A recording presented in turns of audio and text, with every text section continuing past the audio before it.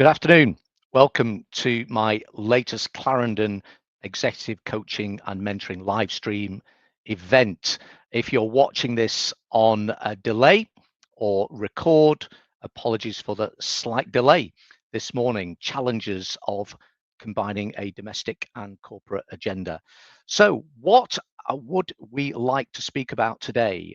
And the reason I raise this is because it's a very topical issue for individuals operating as an executive in the corporate arena. The question is, how do we become a non-executive director? And the reason I get asked this question a lot is because it's very difficult to do so. So what I'm going to do in the space of 10 or so minutes is to share some of my experiences with you, whether they're good or bad or indifferent, because it's a challenge to become a non-executive director. Let me give you some examples of the problems that we face as executives. Number one, if we want to become a non-executive director, there are far more candidates than there are roles available, massively. All you would have to do is have a look on LinkedIn, for example, when non-executive director roles are advertised, and see how many people apply within minutes. If it's an interesting NED role, you're quite likely to find that there are hundreds of applicants that you can visibly see that have applied within minutes, if not hours and days. So that lots and lots of applicants for too few roles. The other challenge is it is the roles that we can't see that are perhaps very interesting roles. Lots of roles, as in the executive world, don't get advertised. So we have to accept, perhaps, as executives seeking non-exec roles, that we have to do a little bit of due diligence ourselves on the engagement with firms who host and have the recruitment and executive search profiles for non-executive directors. So that's up to us as executives. Things aren't going to fall into our laps. We have to do some due diligence and engage with, as you would have done in your executive careers, engage with the search firms who place non-executive directors. A few practical issues to think about. It is a different mindset. And I see this very much now as a non-executive at 4 organizations. They're not huge organizations. The largest one I work with is a 250 million pounds global revenue provider, still relatively small in the scheme of things, but it's a different mindset. And one of the really good pieces of advice that I was given when I started to become a non-executive was almost unlearn some of the things that you've learned as an executive, because you have to approach it from a very different mindset. This is hands off, eyes and ears on. So as a non-executive, we're dealing with strategy, we're dealing with growth, we're dealing with challenges. We're not necessarily dealing with the day to day. So another thing perhaps to think about as a non-executive director, and I found this very clearly when I went from being an executive to a non-executive director and a coach and a mentor, was the following.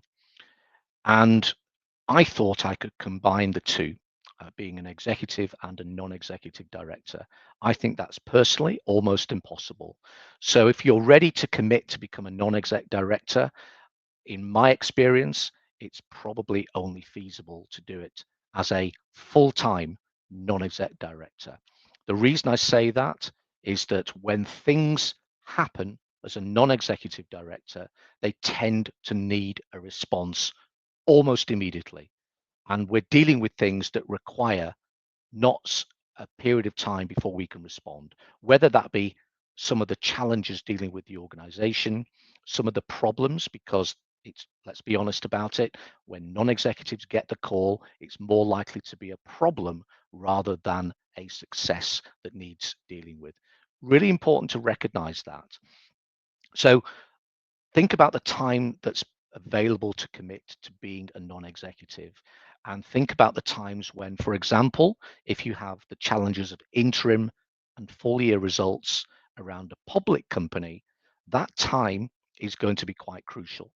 And I'll give you an example. This week, in fact, one of my organizations is due to announce its interim results.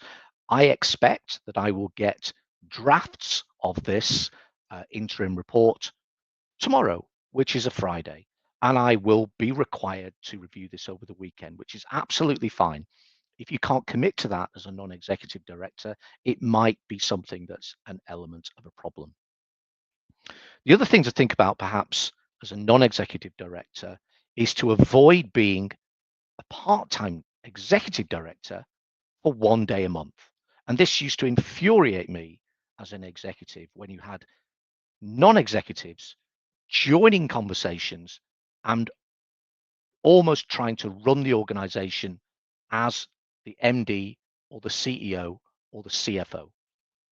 Being a part-time executive director 1 day a month is not the way, in my opinion, to approach being a proper non-exec director.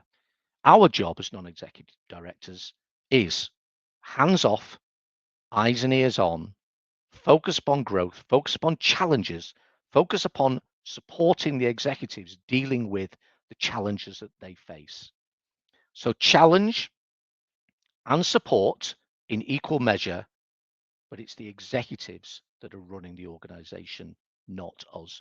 And we're there to be independent, and we're there to provide support for shareholder value, and we're there to support investors. Really important that we don't fall into the trap of trying to run the organization as an executive 1 day a month. So be prepared as a non-executive to make some big calls, and that might be in and around the executive management team. Be prepared to have instant availability. Be prepared to have the calls at relatively inconvenient times. Tidy up your CV. So when thinking about becoming a non-executive director, your CV to become an executive director in your discipline will need tailoring to become a non-executive director. What have you done that lends itself to be a strategist and a non-executive director around a board, as opposed to being a technically competent subject matter expert, as example, in this area? So your CV may well need a significant amount of change. Have you had experience of being a non-executive director that you can point to in your newfound CV? So for example, you might want to take a look at doing a voluntary role, of which there are many, many voluntary and trustee roles. Why would it be interesting to do that? I can hear people thinking already, but I get paid for what I do. Seeing things from a different angle gives you the credibility of being able to operate as a non-executive director or as a trustee. So that ability to have a conversation which is different than the ones that you've had before. So have a look on all of the websites that present trustee and voluntary roles. And there are many of those. Think about some other things as well. Here's one thing that I've come across in being presented with non-executive roles to consider as well. Be wary, in my opinion, of what is really a fractional executive role as opposed to a non-executive role. It might be something that you're prepared to consider, but the idea that, for example, and I'll use finance as an area, as an illustration, the idea that you would be responsible for the preparation of financial results and reporting doesn't sit with the description of non-exec director. That's really an inexpensive fractional executive role as opposed to a non-executive role. So look out for those.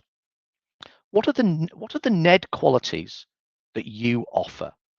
Have you dealt with strategy? Have you dealt with corporate governance? Have you made decisions in your organization that change the way that it has operated and performed? This is no longer about being a subject matter expert.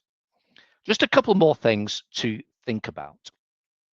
If you're going to be in an organization that's professional and has aspirations to become bigger, you are likely to be asked to participate in subcommittees of the board.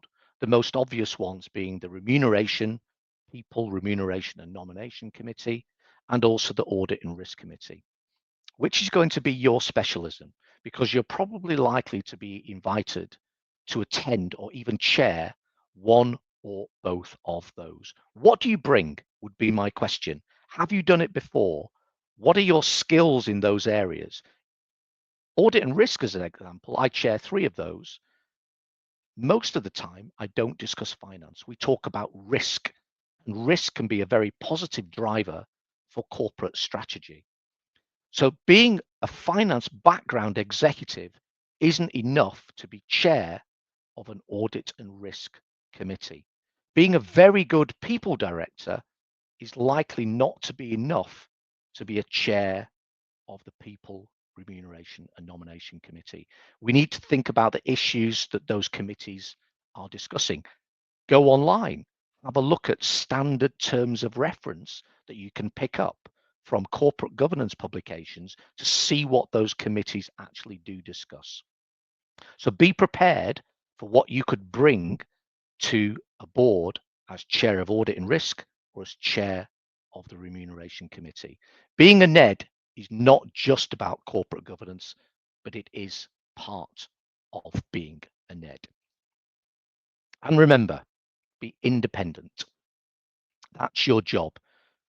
At some point, there might be some very difficult decisions to make, but you're acting on behalf of the shareholders. You are acting as an independent and having that kind of relationship, hopefully gained by having a relationship with the executives outside of the board meeting, not just once a month or once every 3 months, can pay very big dividends in making sure that you respond to being a non-executive director in the right way. Hopefully, some of those issues will have helped. There are numerous sites to do due diligence to become a non-executive director.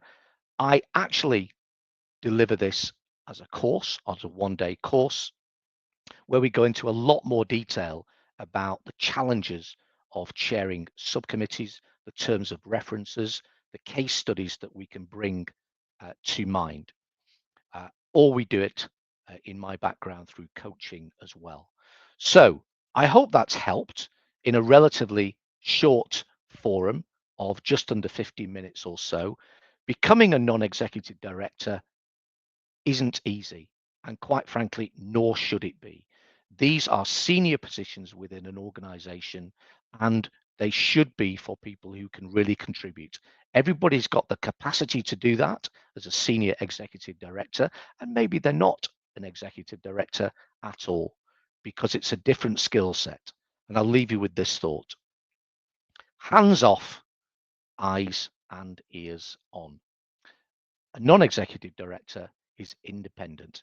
If you need to speak to me further, contact me at jeremy.earnshaw@clarendoncoaching.com, and you'll find me in discussing leadership and coaching discussions on my YouTube channel, which is youtube.com/at Jeremy Earnshaw. I hope that's been helpful.